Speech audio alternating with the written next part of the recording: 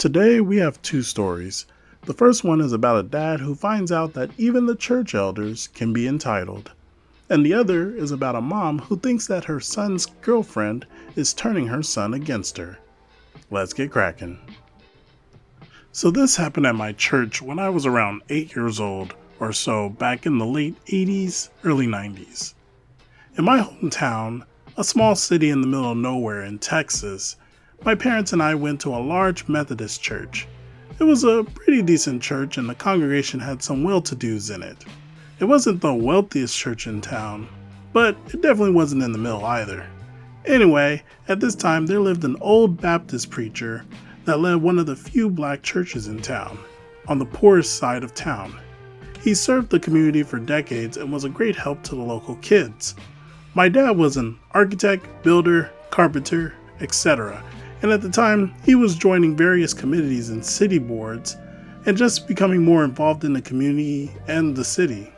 So my dad eventually runs into the old Baptist preacher at a community meeting and they get to talking. My dad asks the old Baptist preacher what he does, and he's really humble and he gives him the gist of it. He helps out local kids and families and just preaches the good word, etc. But my dad is an overachiever. He doesn't believe that's all he does, and so he starts asking around about the preacher and finds out what the old Baptist preacher's humility won't bring him to say. Every day, for at least 50 years, the old Baptist preacher has been making sure that every kid near his church, even if their families don't go to his church or even believe in God, gets a ride to his church in his old church bus, where he then serves them breakfast for free and gets them on the bus for school. After school, he will let them play on his church grounds to keep them off the streets. This continued during the summer and winter breaks.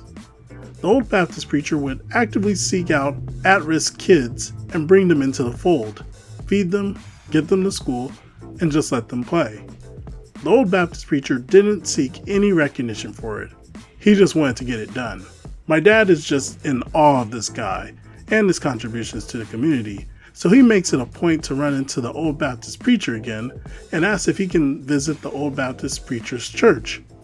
Old Baptist preacher readily agrees but doesn't see what my dad is up to, thinking of some way to help out old Baptist preacher's operation. So he leads my dad into his church, and my dad instantly sees that the roof is just patchy. Hasn't been repaired in years, amongst a few other immediate construction issues. So what does my dad do? He calls up all the contractors he's worked with over the past 8 years, asking if they will help him out and repair the Baptist preacher's church. My dad can't afford to pay them out of pocket, so they'll have to help for free, donating their services to that church. Every single one of them agrees to help for free, whether it's contributing materials or just doing the work themselves. Dad then calls up the old Baptist preacher and tells him that they're offering to repair his roof and a few other things. Old Baptist preacher is just beyond happy and offers to pay, but my dad completely refuses. There's no way old Baptist preacher could afford it anyway, and just says to consider it a donation to the church. Fast forward a few weeks, and an old Baptist preacher has a new roof and all the construction issues are fixed, plus a few extra things thrown in, all from the best contractors in town. All is well in the world. Until, back at our Methodist church, one of the church members has heard about my dad giving old Baptist preacher's church a new free roof. News spreads like wildfire thanks to the Church Lady Network and reaches the ears of the church elders. The elders then talk to my dad about a roof for our church and ask him to a meeting regarding construction. At the meeting, the elders ask my dad to do all the work for free as an act of service to the church. Dad says he'll do it for pay, as they can pay, and their roof isn't in need of any repair whatsoever. The elders disagree and again bring up the fact that my dad provided a free roof for another church that wasn't his church and would expect him to do the same.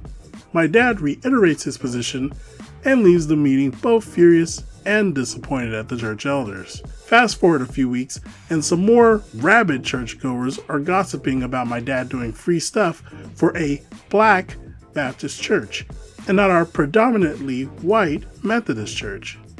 My mom catches wind of it, tells my dad, and we leave the church immediately, never to return again. Which was a shame, as there was plenty of really good people there that were totally helpful and colorblind, still a big deal in the 80s. There was just a few bad eggs at the top. But after we left, others saw what was going on and also left that church. I didn't learn the why of it all until I was a teenager. I heard most of the story from my mom, as my dad only gave me a very short version of it. They didn't attend church regularly again for almost 30 years. For your information, this was about 4 years ago. I was 17 and dating this one guy in my church who I liked a lot. Anyways, I went to a small church with only about 5 families who attended regularly. So if anything happened, everyone knew about it. Okay, so here's what happened. I was dating this guy. Let's call him Mike. Mike and I were dating on and off for about 2 years. It was mostly like that because of his mom. To this day, I never understood why she hated me, but she did. Anytime we were at church, she would always glare at me like I spit in her cereal. Until finally, I transferred over to the Christian school Mike was at because they wanted me to learn more about God. I make friends, and I see Mike more and more almost every day, except Saturdays. And then Mike's mom stops going to our church. A little weird, but whatever, we still go to the same school, and then she takes him out of the school we go to in the middle of the semester. His little brother and sister still go to the school until the end of the year. So now alarms are ringing in my head. I ask Mike, why has he stopped going to school and his siblings still do? And he kind of gives me a vague answer like, oh, it's cheaper and I need to help my dad at the restaurant. Weird. Then Mike's mom calls my parents and basically says, we need to talk and bring your daughter. We go over to her house and I'm sweating bullets because I don't know what I did.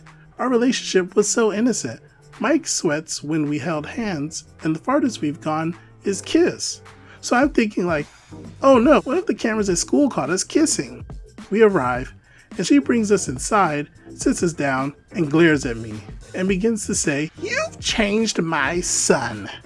I held my breath, and she's like, lately, he's been acting weird, and talking back to me, and I want to know what you've been teaching my son. I'm extremely confused. Again, our relationship was so innocent. It was like toddlers dating. And anything we talked about was like how cute the other one is and how much we loved each other and blah, blah, blah. I pause and look at my parents who look concerned. And I muster out, I'm sorry? And she says, ever since you two have been talking romantically, Mike has been looking at stuff to buy you. He's been talking back to me. He's always locked up in his room and hiding whatever you guys are texting on the phone anyway as I pass by. I want an apology from you for making him like this. At this point, I want to cry because I had no idea what in the world she was talking about. And my parents were basically nudging me to apologize to her.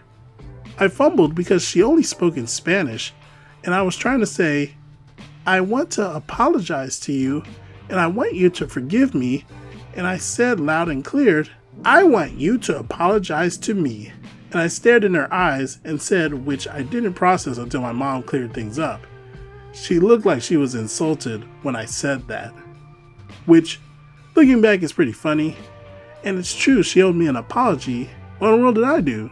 I broke up with Mike a month later because he was always sticking up to his mom's side. And he was pretty mean to me.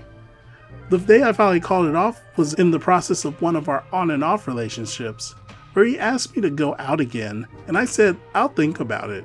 Which I did, and I realized that I didn't like his mom, and she hated me, and if this relationship went somewhere, that would drive me crazy. Plus, Mike was being possessive. So I said, let's just stay friends. And he actually said, actually, I don't want to be anything with you anymore. I said, okay, and blocked him. That's all for that mess. I also remembered her mentioning that I was an obstacle to Mike's faith in God. Who says church isn't interesting? Anywho, if you want more, then please let me know and comment below. If you like what you see, leave a like, pretty please. Subscribe as well and ding that little bell. I'll see you in the next one. Cheers.